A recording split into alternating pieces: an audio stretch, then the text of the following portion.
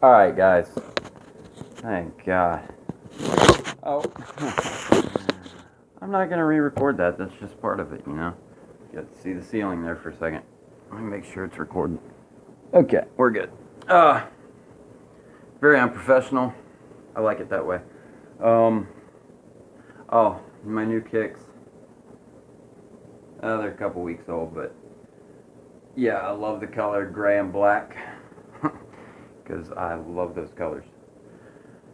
So, today I am going to be reviewing an album that was released in 2014, and it is definitely one of my favorite bands, like, of all time. And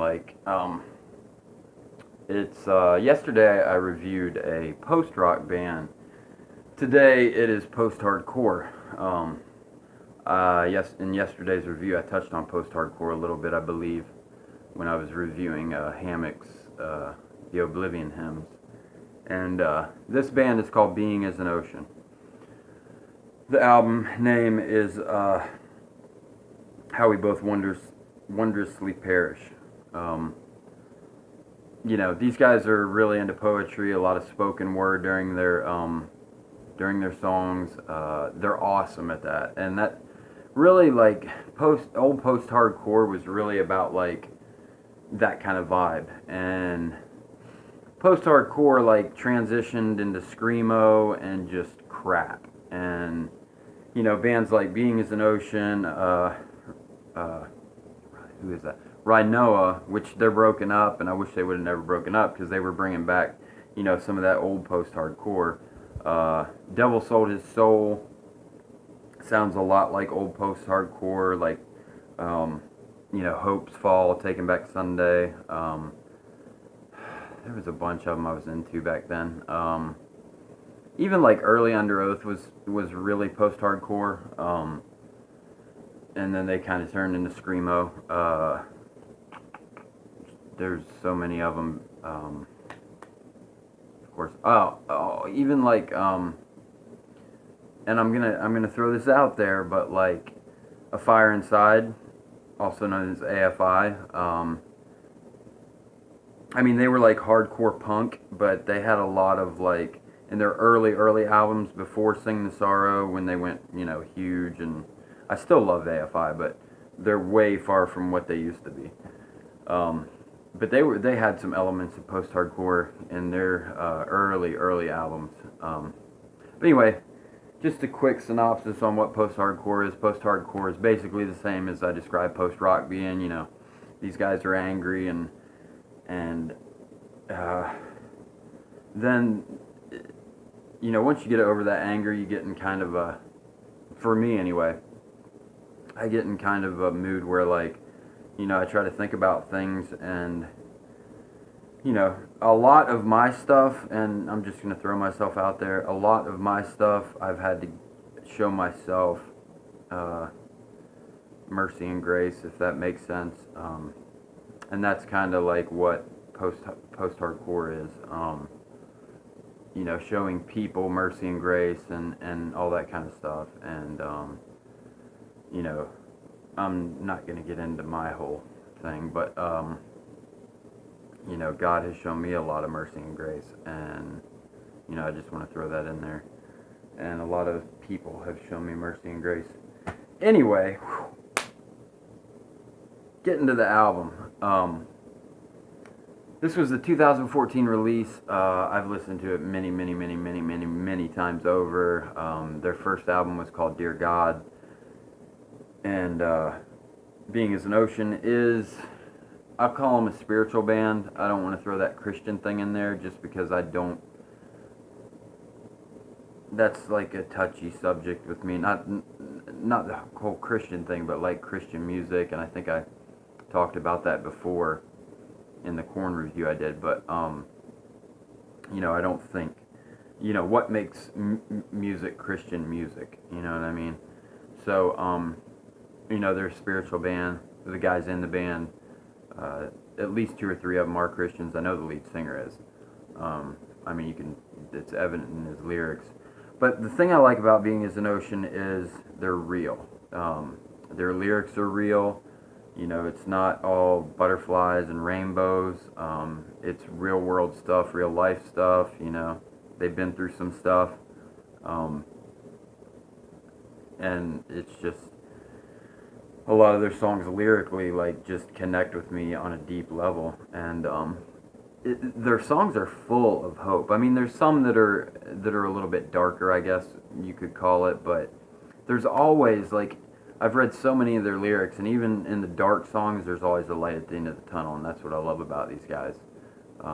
And you know, a band that you can listen to that gives you hope, that gives you uh, a peace.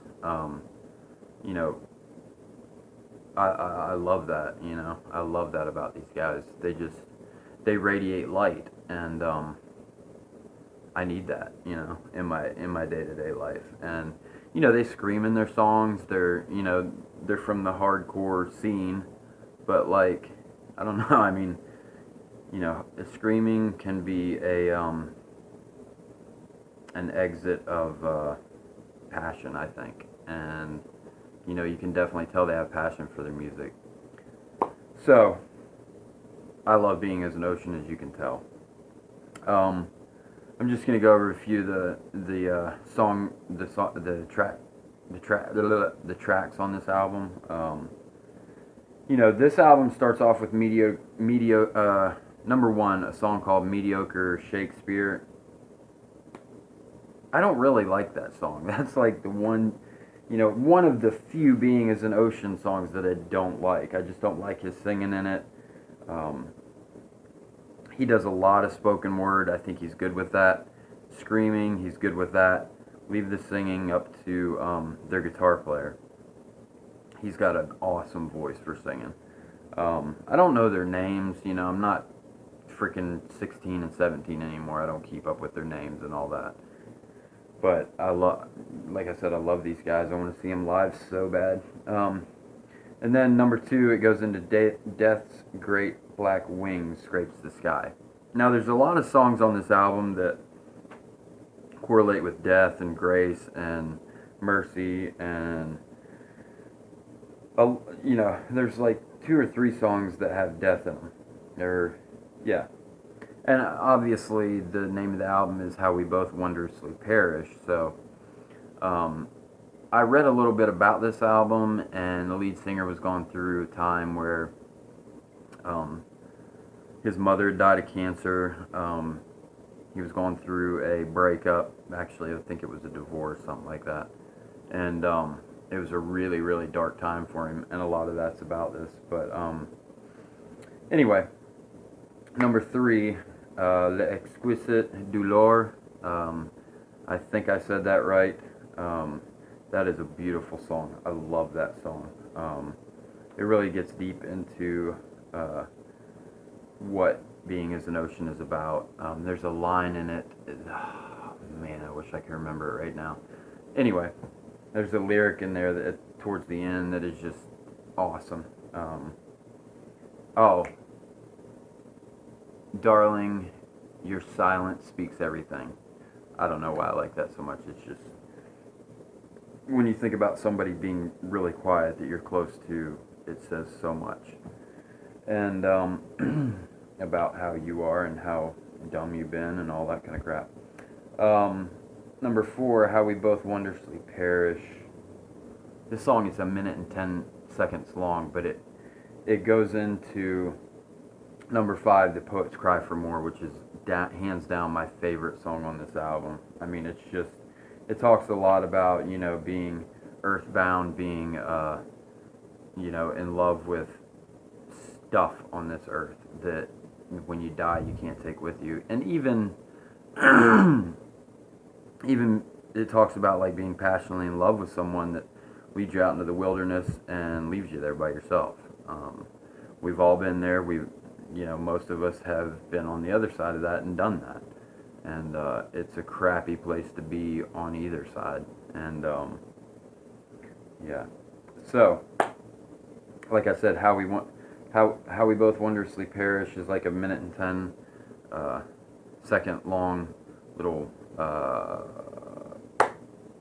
happy fingers. music, instrumental. And like I said, it goes into Poets Cry for More, and it's just perfect. You have to listen to those together. Even the Dead Have Their Tasks, and like I said, or number 6 is We Drag the Dead on Leashes. That's an awesome song. That's about his mom kind of dying of cancer and him seeing her in places and all that kind of stuff. And then, or no, my bad, number 7, Even the Dead Have Their Tasks. That's about his mom dying and him seeing her in like church and just different places. I mean, it's real poetic. I don't do it justice. Number 8, Grace, Teach Us What We Lack. These guys a lot of their songs are about grace, mercy, hope, and peace. And like those 4 things like radiate from this band. I mean, they're amazing with that stuff. And look, I can't say more about Being As an Ocean. The last 2 songs, Mothers, which is also about his mom dying of cancer. You have to listen to that song. It's got horns in it. It's got spoken word, like I said. He just goes into this spoken word part for about 2 minutes of describing, what his mother's done for him and how he hopes to one day be able to give that back. Not to her, but like be just a tenth of what his mom was. You know what I mean? Spiritually and mentally, emotionally, all that kind of stuff. And then number 10 is Nature's. Number 1 and number 10 are my least favorite on this album. A lot of people like Nature's. I just wasn't that into it. It's got a little bit of like electronic to it. I mean, it's all right, but it's not Being As an Ocean for me anyway.